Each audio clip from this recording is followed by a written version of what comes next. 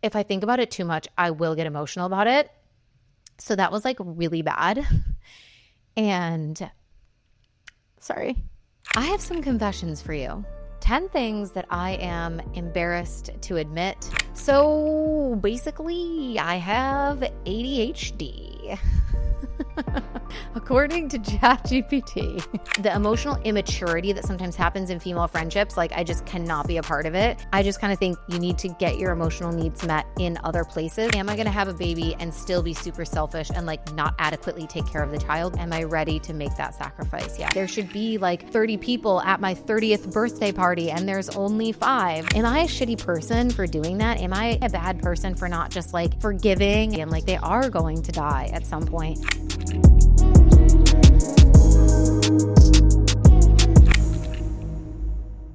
What's up, you guys? Welcome back to the podcast. I have some confessions for you. Today, I'm going to be sharing 10 things that I am embarrassed to admit. And hopefully this is something that will make many of you feel seen, feel less alone. This is something that I shared recently in a post on social media, and it got, at this point, almost 500,000 views, so many comments. And so I just figured this is probably a conversation worth having in more places than just underneath this one Instagram reel. So I wanted to bring the conversation to the podcast. It is quite a vulnerable share, but I also think that based on the response and the reactions on social, it's worth, talking through each of these things and maybe even going deeper on them and kind of expanding, simply because short form content is, it is what it is. It just limits us to how much we can say. And so I can share a couple of sentences about one thing, but it's missing a lot of nuance and context. And so I'm excited to give some more perspective and some more kind of like behind the scenes information about each of these things that I shared in that post about what I'm embarrassed to admit. And so there was a part 1 and a part 2. And in each part, I shared 5 different things that I felt were somewhat, vulnerable, some more than others, but all of them are things that, for me, can sometimes create a feeling of shame in some way. And so I know that so many women are walking around in the world probably feeling very similar things. And by speaking these things out loud, I think we take the things that are in our shadow and we bring them into the light, and then they don't have power over us anymore. And so I want to bring this conversation to the table, and I'm so grateful that you're here, and I'm excited that you are going to listen with open ears and an open heart. And I hope that this episode feels like a warm hug from someone else who's also just doing their best in the world. And I think no matter how much we can perceive someone online as having everything together or not having any problems, of course, at the end of the day, we are all human and we're all having a human experience. And so there's going to be elements of people's lives that you just will never see on social media or you'll never hear about for a variety of reasons, not because they're hiding who they are, but simply because there's certain things that go on in our lives that just don't make it to camera. It's not natural to film those moments or talk about things, or there might be things in your life that involve other people or relationships that aren't fully your story to tell. And so it's not something that you feel comfortable blasting on social media, especially, if it involves family or friends and you're building a personal brand and you have a larger audience. Like, it's not always fair to bring other people who are part of that story in your life to your online space and just share those things, because you might have a larger audience or an audience of any kind. Even if you just have like 1,000 followers, that's a lot of people to share things with about intimate relationships or situations in your life. And so I know a lot of people feel that, but it's interesting as consumers on social media, when we follow people that we love and admire and look up to, and we follow their journeys for so many years, it can sometimes be surprising to then learn things about what's going on for them behind the scenes in their life and be like, wow, that's so crazy that I felt like I've known everything about you and I didn't know that one thing. So there might be things in here that I share that you never knew about me.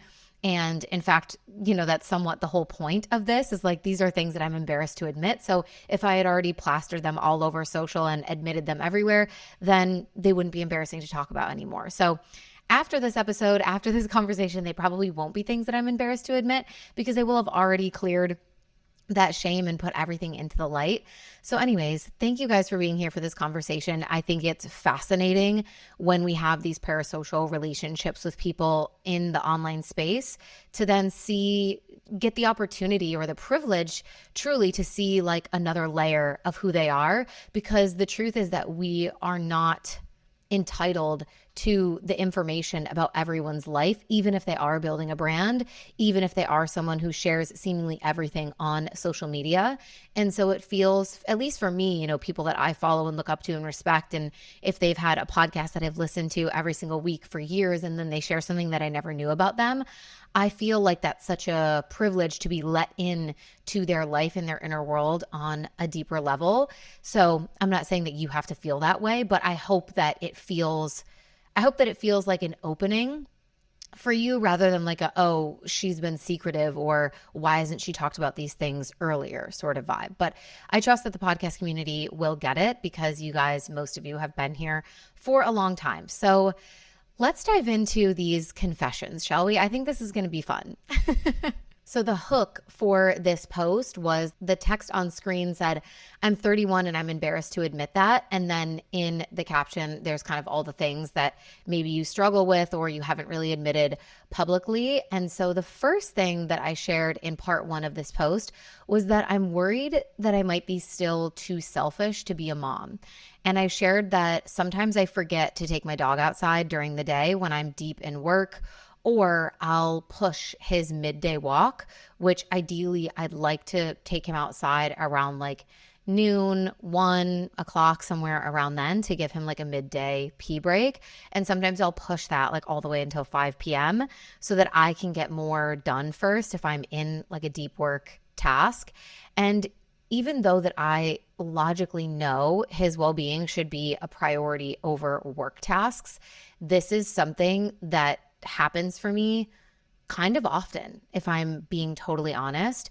And so, of course, that's something that you don't necessarily want to tell people of like, oh yeah, like I just would rather do my work than like take my dog outside. It makes you sound like such a shitty person. I think this is the one that riled people up maybe the most when the post started going a little bit more viral. I think it was the only one that I really got any kind of like flack for. There's just a couple comments of people being like, then don't have kids, or you are too selfish, or whatever. So, but then there's so many people that relate, right? And so I think the reality of the situation is like my dog is very well taken care of because of the fact that I also have a partner who most days of the week is also working from home with me.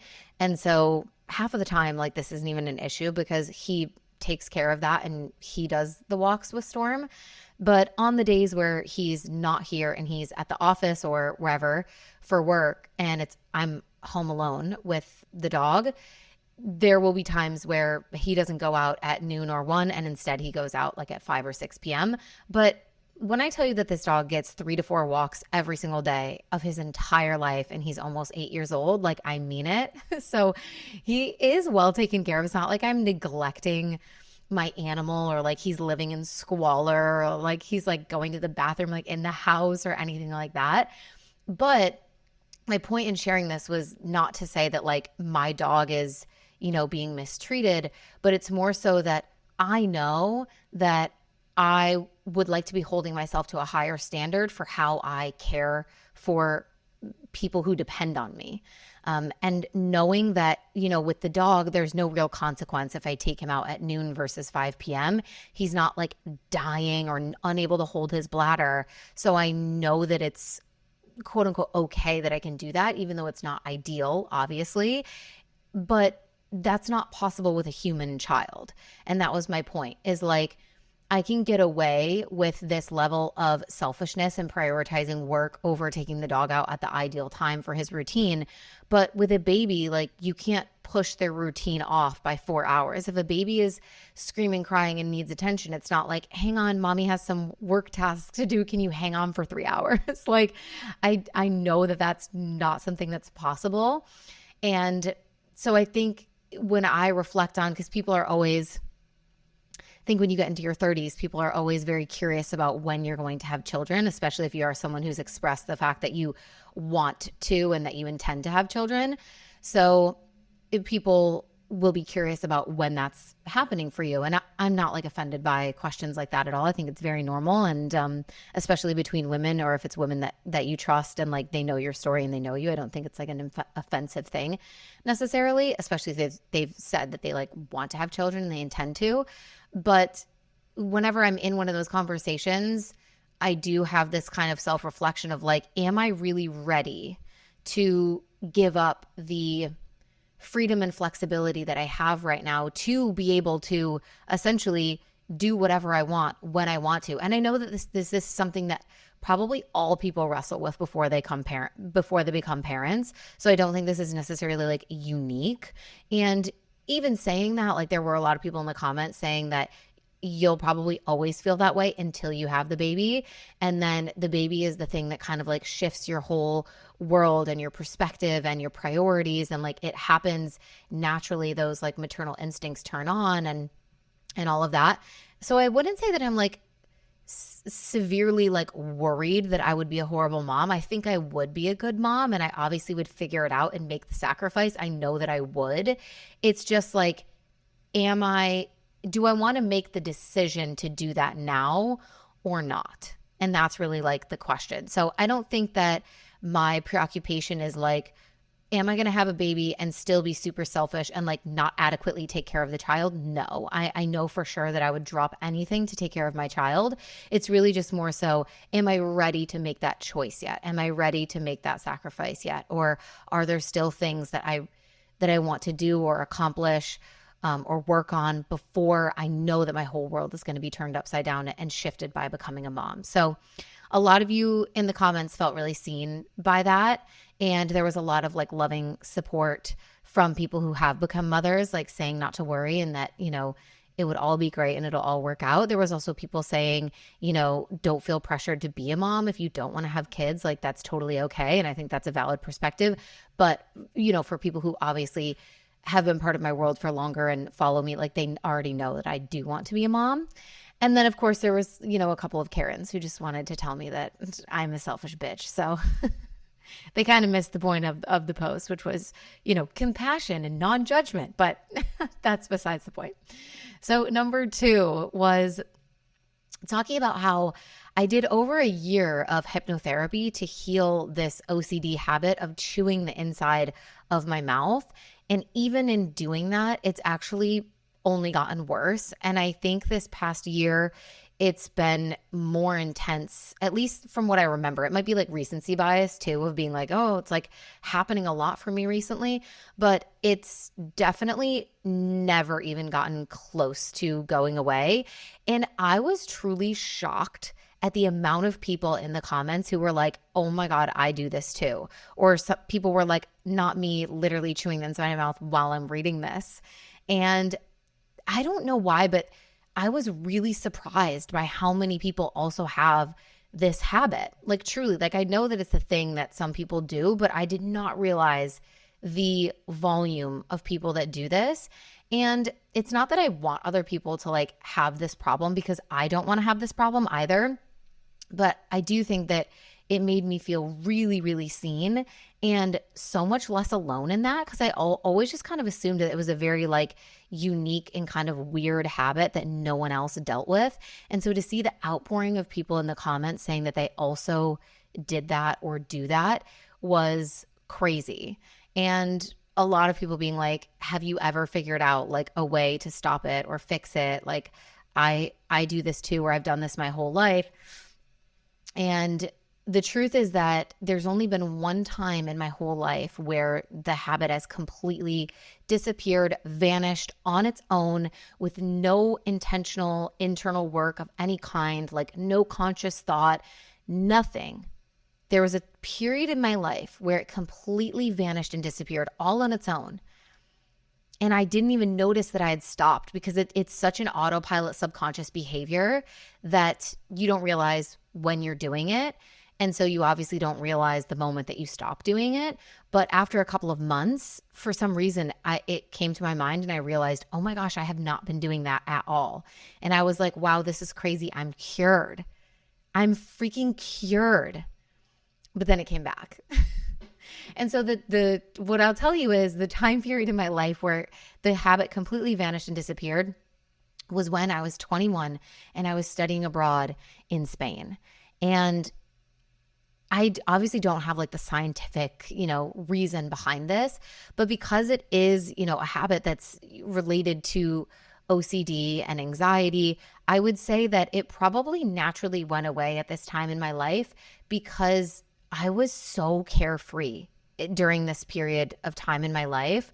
I was single. I was in Europe for the first time in my life. I was making friends. I was traveling. School was so easy. Like my classes were a joke. I didn't have to stress about exams or studying hard or anything. I was having so much fun. I was meeting a guy and falling in love. You guys know the story. Still together for anyone who's new here. And I didn't have like financial worries because I was still a student at the time, and I was, my trip had been paid for, and my dad gave me a credit card that I could use for my expenses while I was over there. So I wasn't like having to work a job while I was in Europe, because you can't work legally when you're in a foreign country. So I was like, oh my gosh, like I'm set. Like I don't have to nanny. I don't have to work. I don't have to I don't have to really like study that hard. It was just, life was so good and it was so easy. And I think that that's such a bubble. That's not a real version of life. It's such a fake scenario. And it was only 4 months of my life. And then once I went back to college after that and went back to regular life and the stress of, graduating and having to interview for jobs and decide what I'm going to do. And am I going to move to Spain or not? And am I going to be with this guy, or am I going to take this job in Chicago? Like all of that comes back crashing down. And so the habit came back. So just for anyone else who does also struggle with that, that's all I can say about if I've ever, gotten it to successfully go away. It was that. And I don't think that that's a realistic version of our lives that we can create.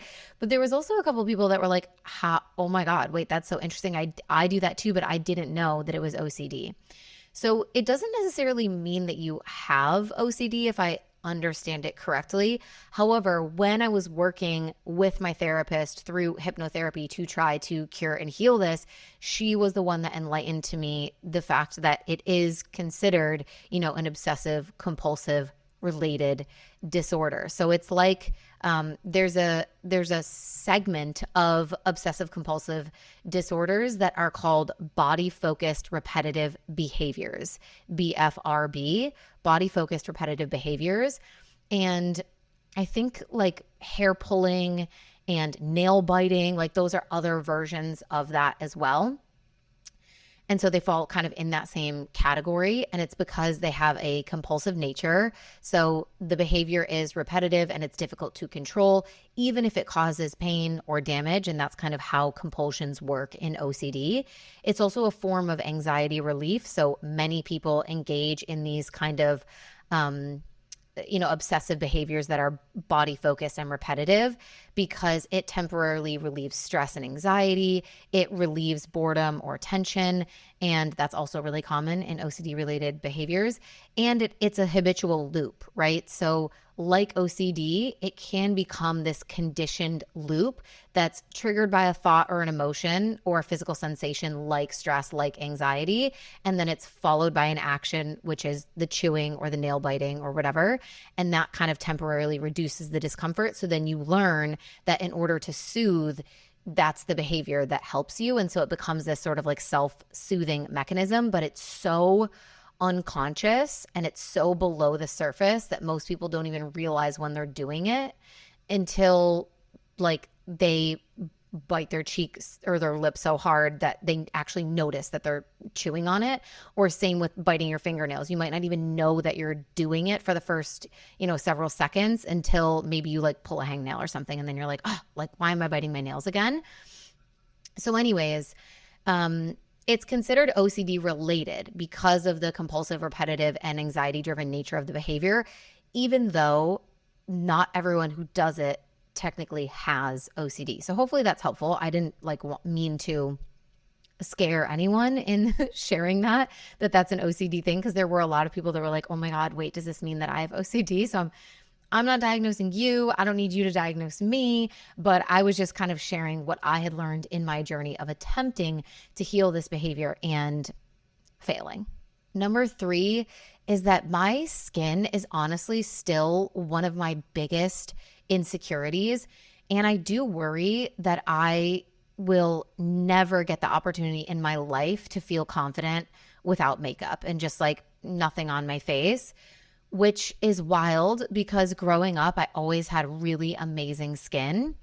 But I think it comes back to that kind of, being someone who is more high strung or has this kind of like stress ball energy, can experience symptoms of anxiety. I remember growing up, even if I had like one single pimple, like I would freaking obsess over it. Like I would squeeze it so hard until I literally was like breaking the skin or like bleeding, or it's crazy. Like the amount that I would obsess over any imperfection on my face. And I had really good skin. And I think I still have good skin today. I want to like change the way that I talk about it. I think in general, like I have really good quality skin. There's just a couple of like issues that I struggle with. And so I started to get like a little bit of acne in my 20s because from a teenager into my mid-20s, I was on birth control for over a decade, for basically 10 years-ish, give or take. So I got on it when I was a teenager in high school, and then I didn't get off of it until I was, I want to say 26 maybe? 27, 28, 29, 30, 31. Yeah, that tracks. Probably like 25 or 26 is when I got off of hormonal birth control of any kind. And so a little bit before I got off the pill, I was starting to experience some more acne. Not anything cystic, nothing on my like cheeks or chin area. It was just like clusters of pimples like on my forehead, or it kind of like in the T-zone where you can be a little bit more oily. And that was definitely bothersome to me. And so I worked with a, holistic specialist, a skin specialist, nutritionist, all these things to like do all these things to support my skin. And when I got off of birth control, shortly after, I got put on Accutane by a dermatologist while I was living in Spain. And my experience with Accutane was not good in the sense that I don't think that the dermatologist really did what they were supposed to do correctly with me. So because I didn't have like severe or cystic or, all over my face kind of acne, it was just these like, annoying like clusters that would just sort of like never really go away in certain spots, but mostly like forehead and then sometimes like around the mouth or, like I said, T-zone kind of area. They put me on like a super, super, super low dose of the Accutane, but I was taking it for like 9 months. And I don't know if that's like normal in Europe compared to how they do it in America, but everyone that I've talked to about this since has said like that's a really long time to be on Accutane. Like usually it's only 6 months. So it gets worse because I was on it for 9 months, but at a super low dose. And so the dose that they give you, you need to reach a certain amount of the medication that you've taken based on your body weight and like your size. So you have to get up to a certain number of like milligrams or whatever the fuck that it is in order for like your treatment on Accutane to be considered complete. So because I was taking such a low dose for 9 months, like I never actually reached the full amount that I was supposed to take in order to come off of the Accutane. But when it got to the end of the 9 months, it was like summertime in Spain and they don't want you taking it in the summer because of the implications of, sun exposure and burning or whatever. So they were like, okay, you're done. And I got off of it. And we went to the beach house for the summer and my skin was like totally clear. Like while I was on it, my skin was flawless. It was like looking so good. I was so happy. I was like, fuck yes, this is working. I love this. And then about a month after I had been off of it, I started again to get like pimples, like even kind of like dermatitis-y type things, which I also had perioral dermatitis prior to this, like really, really, really badly for several months, which I think really impacted my mental health when it comes to skin things in general because of the severity of it. And maybe if you're watching on YouTube, I will put some pictures on the screen for you guys of what my skin looked like when I had perioral dermatitis really bad. And I was working in schools at the time. And so to have to go to work every day and stand in front of a classroom of students, it was honestly just like some of the hardest months of my life. Like, if I think about it too much, I will get emotional about it. So that was like really bad. And I think that definitely impacted overall, like the obsession with feeling like there was something wrong with my skin. Sorry. Ooh, okay. I don't want to be dramatic, but if for anyone who has ever like struggled with skin issues, like you will know like how severely and significantly it impacts your mental health. So that was really hard. And when I had the perioral dermatitis, like the first doctor that I went to in Spain, I was like, oh, this is like a fungal infection, so you should put this like certain cream on it. And so I started putting that cream on it, and they were like, do it day and night for 12 days. And if it doesn't help, then like we'll reevaluate. And so I started putting the cream on it, and it was like getting way more inflamed and way more red. And I was like, oh my gosh, maybe this is just kind of like one of those purging things where like it gets worse before it gets better. So like I have to complete, the treatment and do the full 12 days.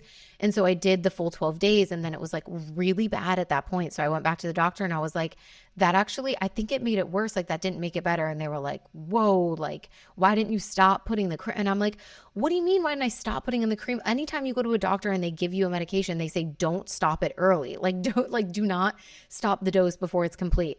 And so that was at the point where I had to go to another dermatologist, and they were like, okay, no, this is like dermatitis. Like you need an antibiotic. So I had to take an antibiotic. And literally when I tell you within 2 to 3 days, it was starting to like completely go away and be gone. I was like, I cannot believe that I suffered with this for months, and all I needed to do was like take an antibiotic to heal it. And trust me, I tried all the holistic things. I tried everything online. I followed influencers that had perioral dermatitis, like in their pregnancies or things like that. And they shared holistic remedies and tea tree and manuka honey and whatever the fuck. I tried literally everything, and it didn't work. So when you have an issue like that, sometimes you're just like, I will lean into Western medicine because fuck this. Like I can't deal with this anymore. And so that's what I did with the antibiotics. I never am excited about taking antibiotics now at this point in my life, because I know that having taken so many of them in my young life from the time that I was 3 all the way through college, like I think I definitely abused antibiotics. Not like drug abuse, but like, you know what I mean? Like, like we overdid it. I never knew the impact that antibiotics had on gut health. And so when I would be sick in college, like I would go to the doctor and lie and say that I'd been sick for 3 weeks instead of 3 days, because I was like, I just need to get better because I need to study and like, fuck this. And so I would beg for like a Z-Pack and like take antibiotics when like maybe I didn't need them. That is so bad. I know. Oh my God. It's so bad. It's so bad. Okay, so no wonder we had like leaky gut and like acne and like these other things. It's crazy when you start to like be educated and informed about your health, and then you realize all the things that impacted you. And then also my mother enlightened me to the fact that when I was 3 years old, I had to take an antibiotic every single day for an entire year. Like, can you imagine a 3-year-old's gut microbiome taking an antibiotic every single day for an entire year?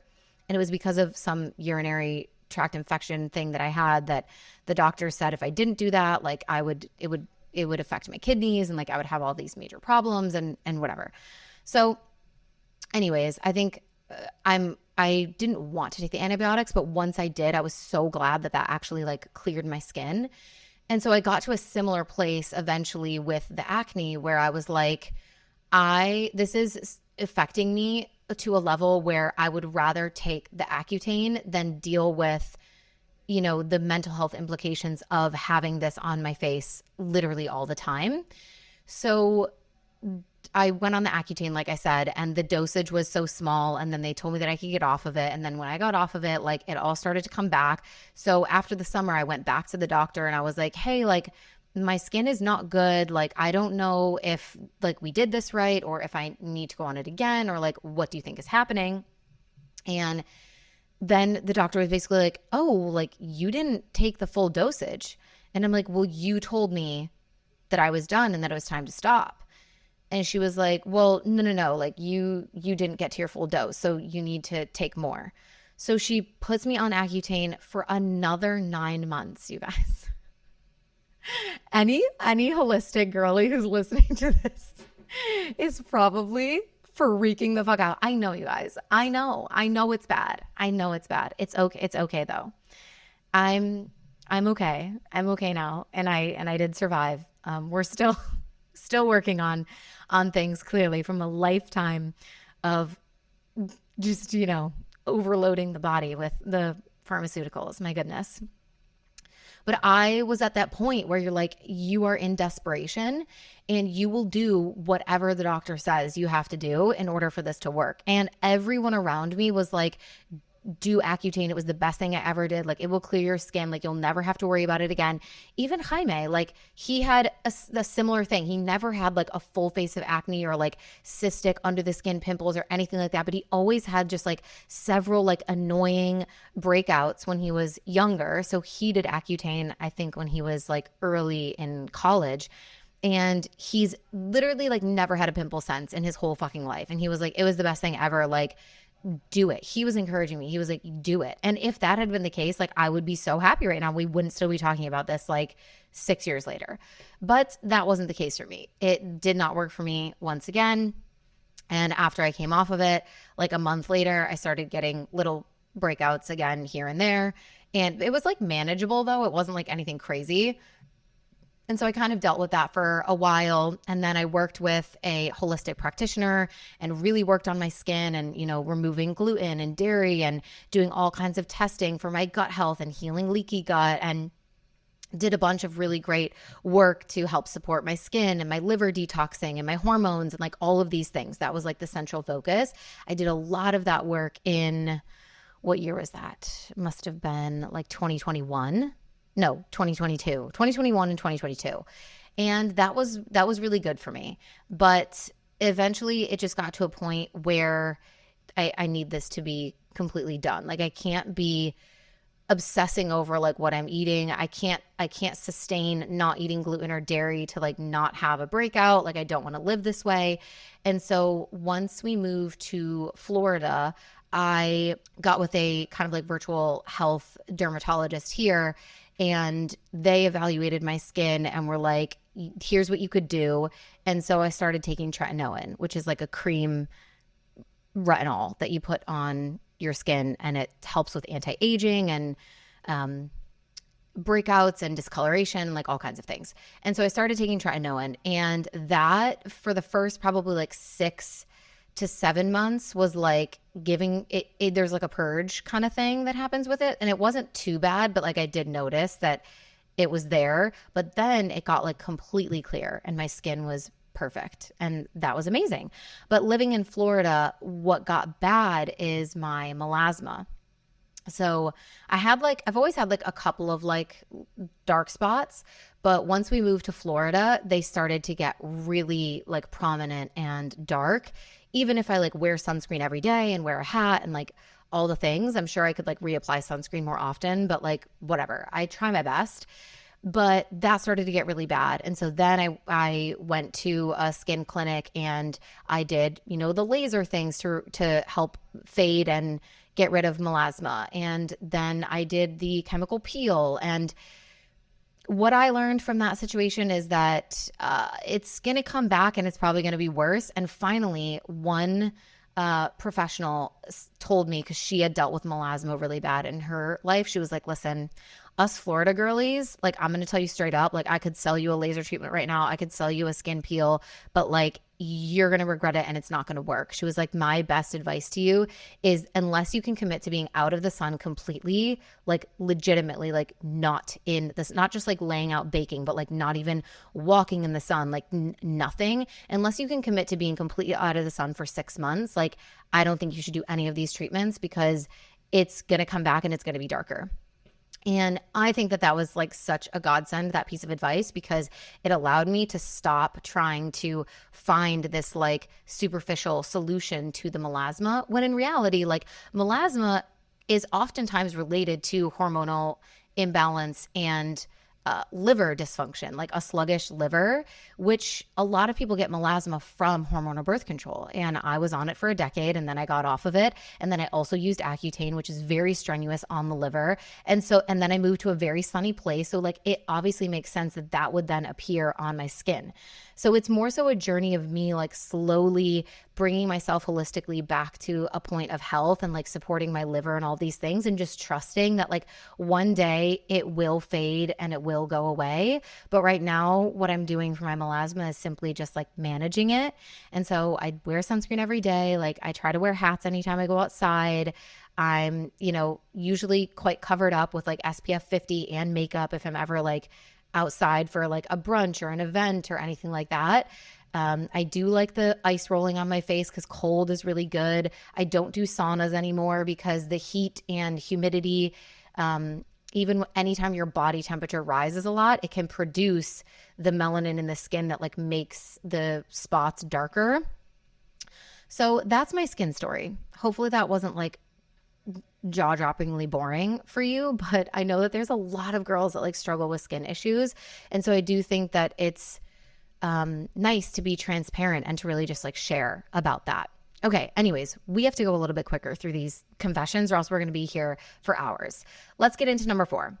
The fourth confession was that certain simple tasks like hanging a picture frame or opening the mail are weirdly very mentally overwhelming for me, and I need people other to do them. Like I physically cannot open the mailbox. It's like the worst thing for me, trying to like go through mail, open a bunch of letters, decide what needs to be thrown out, read through things like letters from credit card companies and phone companies and what's important and blah, blah, blah. No, I can't. These pictures that you see hanging in my office, if you're watching on YouTube, I literally waited 6 months for my brother to come visit me so that he could hang that frame. Instead of just me attempting to do it myself. Like I just felt like I can't, like I don't know how, and I would rather not try. Like it's this weird like resistance that I just cannot do it. And a lot of people in the comments heavily related to that as well. And then everyone was like, I think you have ADHD, Sam. Like, have you tested yourself? Like, you definitely have ADHD. So if you're listening to this episode and you're screaming to yourself, you have ADHD, like, bitch, I probably do. Like, I wouldn't doubt it.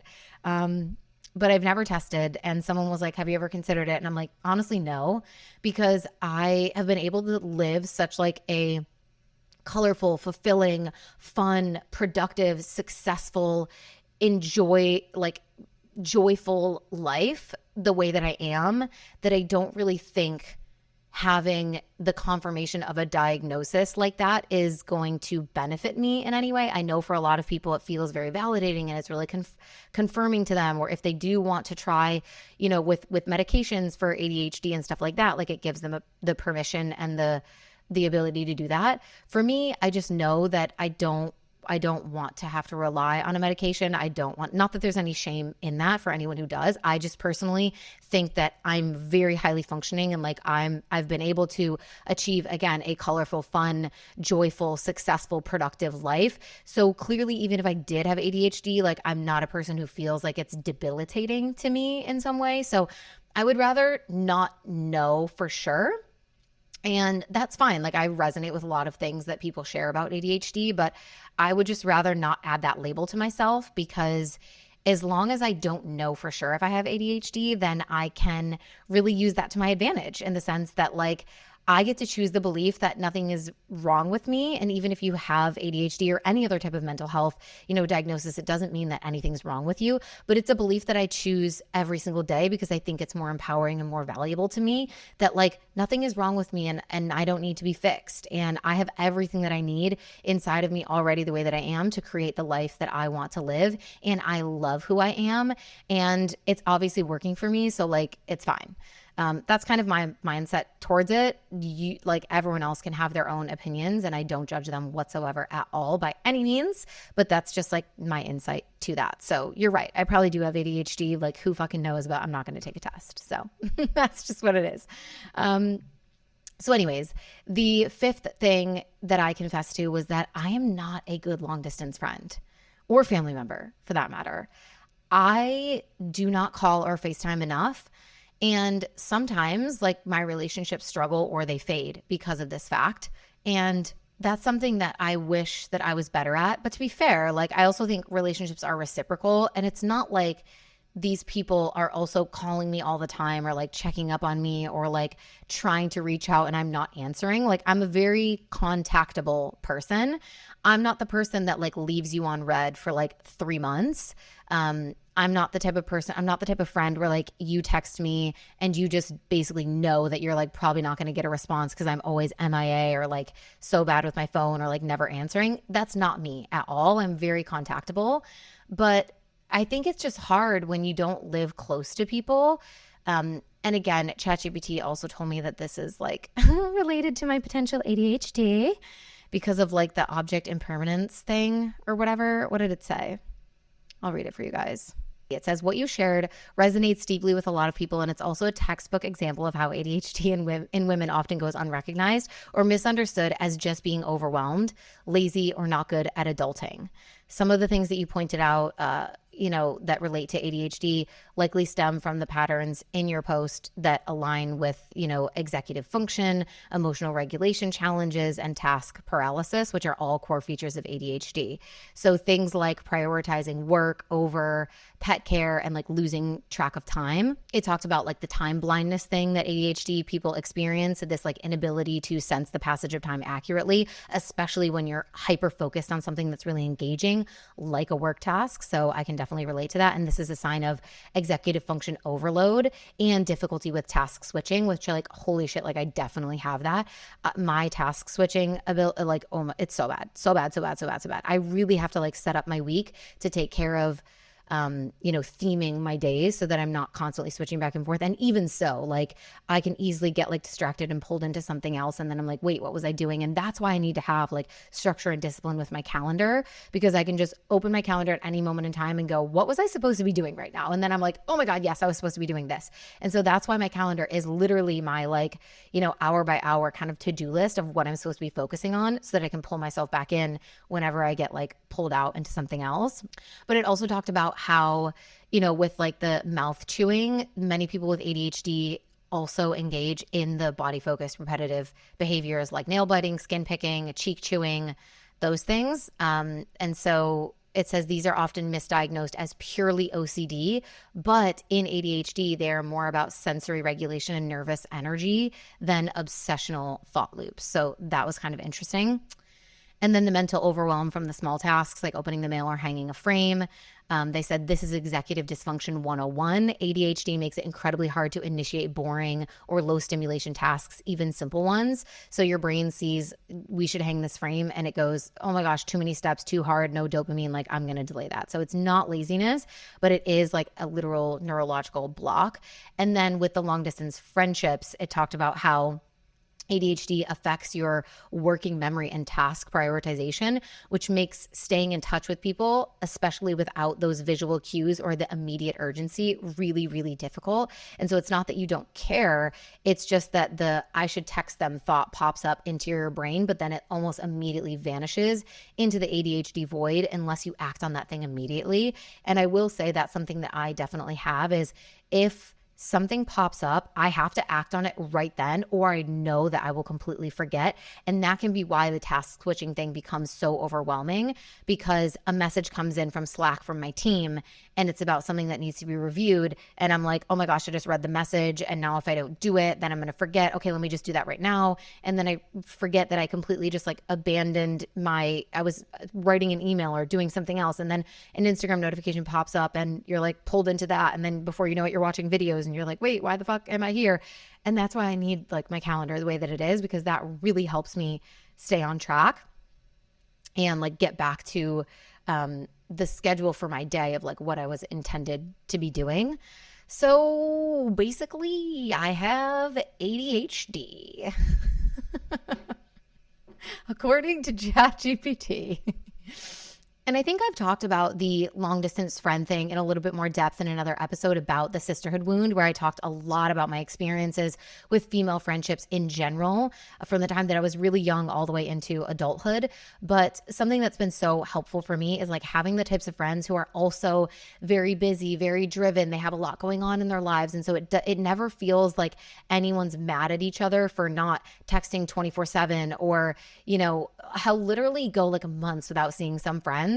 And then we'll be like, oh my gosh, we need to hang out. And then we're like, yes, let's do it soon. And then like another month passes. And then finally we're like, okay, hang on. Like we actually need to hang out. And then we catch up and it's so fun. And like no one's mad at each other. And so those types of friendships that are a little bit more like low maintenance, in the sense that you're friends with people who just get it and they also kind of feel the same. And so you can just pick back up right where you left off and there's no animosity, there's no bad feelings. Like I just know I'm not the type of person that can have friends who are super clingy or like need you to be like talking to them all the time, like as if we're in like a romantic relationship. Like I'm not going to text you like good morning. And I can't handle like friendship jealousy. Like if I hang out with other people and you're like, oh my God, like the emotional immaturity that sometimes happens in female friendships, like I just cannot be a part of it. And if you are like way too emotionally needy from a friendship, I just kind of think you need to get your emotional needs met in other places, because to me, I don't think that that's the role of a friend in your life, to be your like emotional support person like all the time. And trust me, like I'm there for my friends through like really, really hard shit. Like when they're going through it and shit's hitting the fan in their life, like I am there to support them, rally around them, like provide that emotional support. But it's like, that shouldn't have to be like an everyday thing in your friendships, because if it is, it feels kind of unhealthy to me and it's just a little bit draining. So I wish that I was like a FaceTime girly. I wish that I was the person that picked up the phone and like FaceTimed people all the time randomly as I'm like walking through the supermarket. But like my brain just doesn't work that way. Like it literally does not occur to me to do that. Like I'll be out doing something and I'll see like so-and-so's FaceTiming me and I'm like, oh my God, like, are we going to like talk on camera right now? Like while I'm in this store? And then I'm like, oh yeah, people do this. Like this is a normal thing that people do, like, I guess, but it would never occur to me to just like, randomly FaceTime people all the time. And I have family members who are like that. Like my sister-in-law is so good at like calling her sisters all the time and like connecting with her family all the time and like being in contact, and even calling like my parents, who are her like mother and father-in-law. Like they're so much more connected. And so I do sometimes feel guilty that like I'm not that girl and like I could be better, but I don't know. Like I don't know. It just is what it is. I think that's who I am. And I hope that the people that love me accept me. Okay, number 6, I shared that I feel like I should have more friends at this stage of my life, but the truth is that I've always been the girl with like a smaller circle. Like I've always been someone who's friendly with everyone, but only truly close with like a handful of high quality friends. And so I am not the girl who's being invited to a different wedding every weekend. And honestly, like financially, that's kind of a perk at this point, because I have other friends who are friends with everybody. And like one of my college friends was like, a couple summers ago, she was like, I have 12 weddings this summer. Like every weekend of the entire summer, like I'm traveling and going to weddings. And I'm like, that sounds like hell on earth. Like, if I had that many friends, I would probably have to tell some of them like, it's okay. Like you don't need to invite me to this one. Like, do you know what I mean? Like it's so extra. Like that's crazy. So I know that some people are those kind of social butterfly archetypes. It's not me. It's never been me. And I think part of that is because like and I'm not saying people who have a lot of friends are fake, but I just don't have the energy to be fake. I don't have the energy to have like, fair weather friends. Like that's what they call them, right? The friends that are there like just to have a good time, and like they're cool to like, hang out with when things are good, but like they're not the type of friend that you would like call when you find out that your parents are getting divorced or that your partner cheated on you, or like they wouldn't be the type of friends that are there for like the real shit. I don't have friends like that because I've never really chosen to deepen any sort of like relationship that feels surface or just like it's a fair weather friend type relationship. And so, yeah, I've just always had like a really tight circle. And in high school, I was friends with everybody and I was like part of like the bigger groups, and I would go to all the parties and stuff. And so I was there, but like my true friends that like I would hang out with one-on-one and like have sleepovers with and like actually text and call and talk to all the time was like 2 to 3 people max.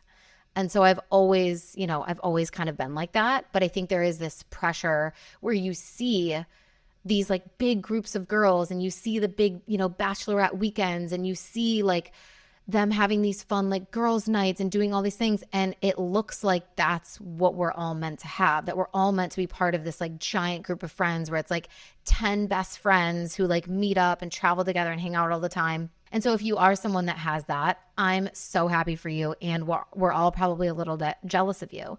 But if you are someone like me who's like, I keep my circle really tight. And sometimes I feel left out or sad that I don't have a larger group of friends. Like I see you and I definitely feel you. But I think it's special to have those friendships that are really high quality, and like it's the people that you would really go to with the hard stuff and the good stuff, and they're truly happy for you when things are going well in your life, and when you're winning they want to celebrate you genuinely. Like there's no weird jealousy of them being like, oh my god, congrats, but like low key they're like, wait, I wish that was me, like I kind of hate that she's winning. Like I think it would be hard to have a very, very large group of friends where everyone is deeply genuine in that way. And so I do think it's rewarding to have that smaller circle of people who are actually good people. Like they're actually good fucking friends. And it can feel vulnerable in those milestone moments of life, like birthdays or bachelorettes or weddings or baby showers or whatever, like the milestone moments where you're like, I should be inviting a bunch of people to this thing. I should be having so many people around me who love me. There should be like, 30 people at my 30th birthday party and there's only 5. Like I feel you on that. Like that's a very real experience. I think it's normal to, in those moments, create that story in your mind that you're doing something wrong because you don't have that big celebration or like a ton of people to call or like a ton of people at your party or a dozen people sitting at your Friendsgiving table or whatever it is. Like that I think is totally normal. And if you also feel that way, I just want to say same, and you're not alone. My 7th confession is quite personal, and it's the fact that I don't speak to my grandparents anymore. So most of my grandparents have passed at this point, but the ones that do remain, the set of grandparents that do remain, I don't speak to them anymore. One of them is my grandparent and the other one is a step parent on my mom's side. So not blood related, but they've been together for like my entire life growing up as a child. So even though she's not my like blood grandmother, she's been in my family as that role for like my whole life. But like I never really felt close to my grandparents like ever. It wasn't like we were super close and then now we're like estranged. There's always been like weird energy with them. Like even since I was a kid, it's been stiff and weird energy. And that kind of comes from like the family dynamics of my mom coming from a family where her parents were divorced and it was very ugly and not nice and toxic and, talking badly about each other's parent and splitting up the children in terms of custody of, someone goes with this parent and 2 other kids go with another parent. It's just a lot of like very sad and unfortunate, unhealthy dynamics in that family unit to begin with that I think you can feel even when you're a child. So me as a child, like seeing, the way that my mom moves when my grandparents are around, you can sort of notice the tension and the uncomfortability, and you pick that up, I think, as a kid. And so I never had this like overwhelming feeling of like ease or comfort or safety around these people. It always felt very stiff and formal and forced and weird. And so as an adult, like the older I got, I just kind of realize more and more the harm that they had caused to people that I love. And then there were like specific incidences that happened where they really revealed their true colors. And as an adult, like I just was like, this isn't a relationship that I want to participate in. And so like I am just gonna sort of cut off this relationship. And I think some people might have this experience with their own parents, which I think would be even more challenging. So if you are someone who's decided to go no contact or kind of cut off or limited the relationship that you have with one of your parents for your own well-being and to kind of be the cycle breaker in your family and to keep yourself protected or keep your children protected from that dynamic, I have so much respect for you. And I know that that must be so challenging. And I think like overall, I am proud of myself for having those boundaries and staying true to like my values of like the way that I believe you should be allowed to treat me or my family members or to speak to us or to, try to like manipulate people. Like I'm proud of myself for being like, I'm not available for that. Right. And just kind of staying true to my values in that way. But I think it still does feel like a thing that like shitty people do. Like, but I remember when this kind of bigger incident was like going down that really created like the main severing of the relationship between me and my grandparents. And my partner, Jaime, was like, he could not wrap his mind around what was happening because he grows up in a Spanish family where everyone is extremely close and his grandparents are people that helped raise him. He went to his grandmother's house that was literally one building next to his house. Like one apartment building over was his grandmother's house and another apartment building down the street the other way was his aunt's house. And so he's very close with all of his, family, aunts, uncles, cousins, grandparents, like the whole thing. He could not wrap his mind around the fact that like I would be speaking up for myself in such a way to my grandparents. Cause he's like, Sam, they're old. Like they're going to die. Like, aren't you going to regret it? Like, it doesn't matter. Like, who cares? Like they didn't mean it, blah, blah, blah. Like, and I'm like, you don't understand because you have an amazing relationship with your grandparents. They raised you. They loved you. They took care of you. Like they were there for you. You felt safe with them. You felt comfortable with them. Like it's so different. And so I do think that, it can feel sometimes like, oh, am I a shitty person for doing that? Am I a bad person for not just like forgiving and being like, it's okay, it's water under the bridge, like we'll let it go, because like these people are elderly and like they are going to die at some point.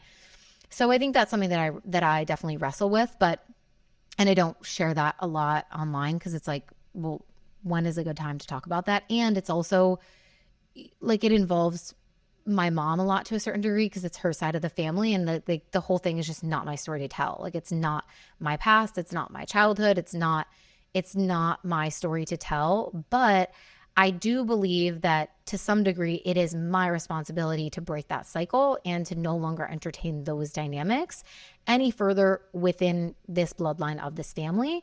So if I have to be the person to do that, then I've closed the door. And even though other people, can't find the same, I don't want to say strength, but like they don't feel like it's possible for them to make that same choice, that's okay. But like I have to honor my choice for me and just follow through with it and know that I'm doing what's best for me and for the future of my nuclear family unit and like my children. And I do think energetically it's important to be the expression of like what we're willing to tolerate in the world and in our relationships. And that was one thing where I was just like, I'm not willing to tolerate people who want to talk to us like this or treat us like this. So that's a closed door for me. Number 8 is that I used to yell and slam doors when I was upset with my partner. Oh man. And this one is probably one of the more embarrassing ones, I would say, because that's obviously something I'm not proud of at all. I think it's really unattractive. I think it's a really unhealthy expression of anger, and it shows like a dysregulated nervous system. And yeah, like obviously not using like emotional intelligence to express what you're feeling inside. And what I've learned about myself through that is that when I was a child, like I was told so often, like I just remember it so much, constantly being told that I was dramatic.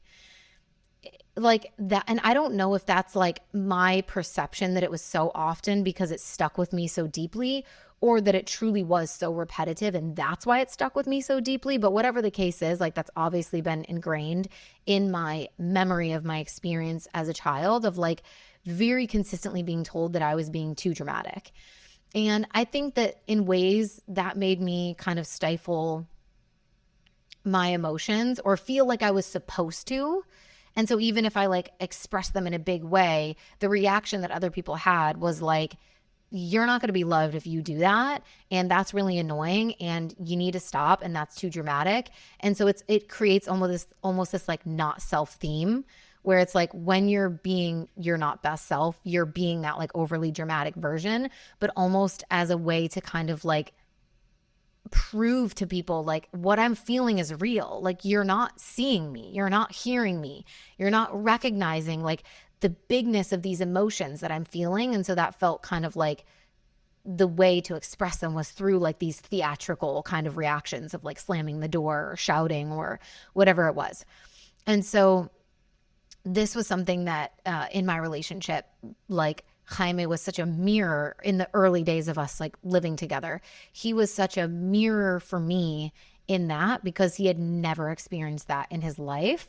I, in my childhood, had witnessed people having reactions like that. So obviously that was something that I, copied and mirrored and played out in my own version until someone mirrored back to me the fact that that was like not okay and it was not healthy and it was not normal. And so Jaime grew up in a home where no one ever raised their voice.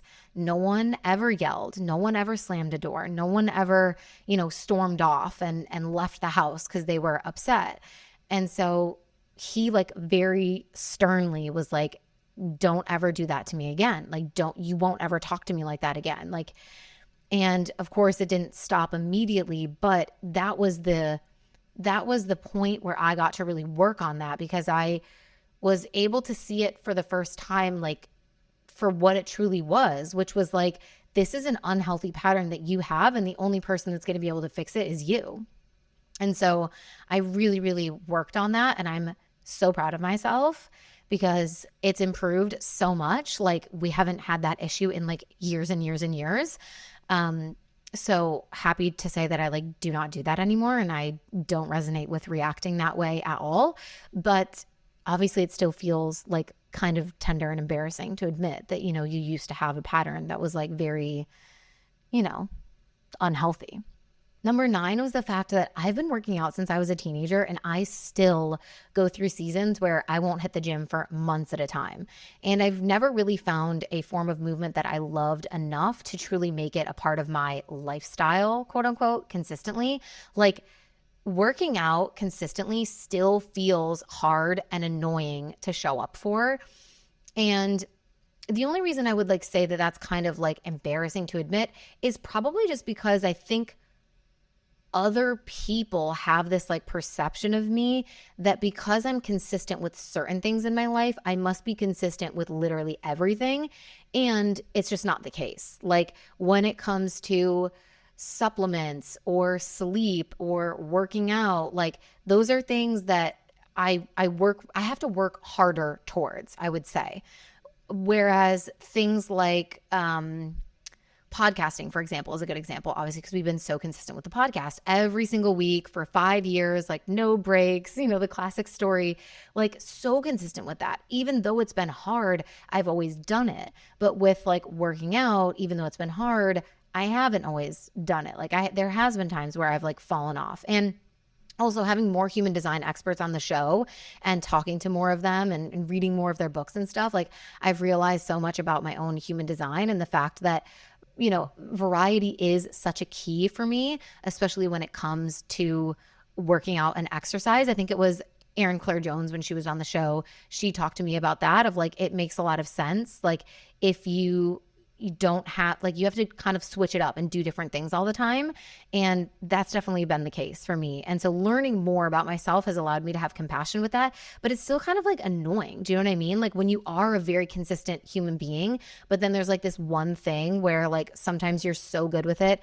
And then other times you're like off for like weeks or months. You're like, what the fuck, man? Like, come on. So that's kind of like my relationship with working out. So anyone who feels guilty about like their inconsistency with working out, I see you, I feel you. Like it's still freaking hard for me. Know that, you know, you're not alone if like every time you drag yourself to the gym, you're like so proud of yourself for going, but like also other times you don't make it there. Like it's okay. It's going to be okay. We're going to figure it out together. And the last confession that I shared was that I was always really good at a lot of things growing up, but I was never good enough to be like the best. And I do think that there's a part of me that still carries that around a little bit, kind of wanting to prove to the world or to myself in some way, like, you know, prove them wrong, that I actually can be the best at something. But the unfortunate truth is that I still feel like I'm falling short in a lot of ways. And like I will still get imposter syndrome at times, or feel like I'm not doing good enough, or I have a recurring consistent worry that I'm not giving enough to my clients and I should be, you know, doing more or creating more, like building more trainings, helping my audience more, doing more with the podcast. Like I should be building a studio. I should be giving you guys so many more solo episodes. Like I think I want to give so much that sometimes I create too big of an expectation for myself, and then it becomes really hard to live up to that.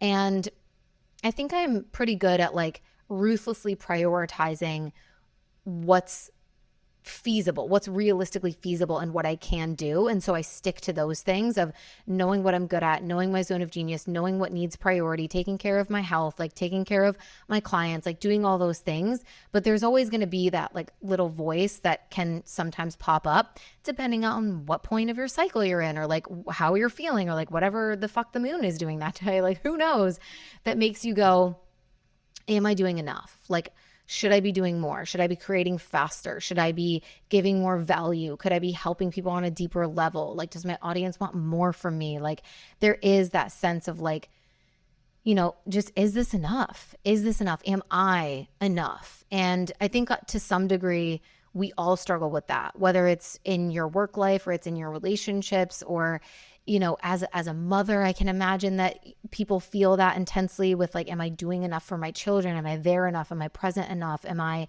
fun enough? Am I nurturing enough? Like, I don't know. I think it's probably more of a common feeling than most people are willing to admit.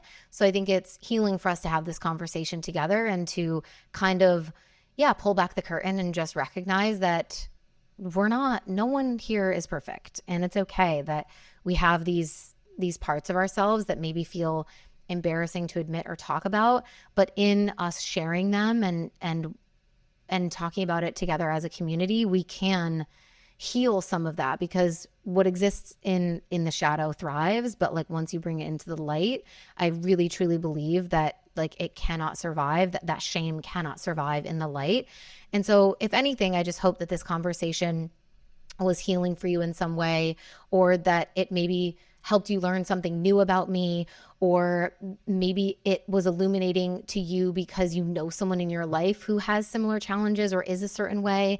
And so, yeah, I just hope that we've built some compassion for one another through this episode, and that it's felt like a cozy, warm, non-judgmental hug from your friend, because I love you guys. And I want to thank you so much for always tuning into the podcast and being part of this community. If you did love this episode, I would really, really appreciate if you could share it, and also go leave a review for the podcast. Because it helps support the show so much. And we do our monthly giveaways where we send you guys cash for leaving us reviews. So we love to put a little extra money in your pocket for being a loyal supporter of the show. And as always, make sure that you're following the show on whatever platform you listen on, because that is one of the main indicators to the platform that this show is worth listening to, and it will help show other people the podcast and bring other listeners in who might benefit from these conversations. So thank you guys so much for tuning in. I hope you enjoyed this episode. I love you guys, and I'll talk to you next week. Bye.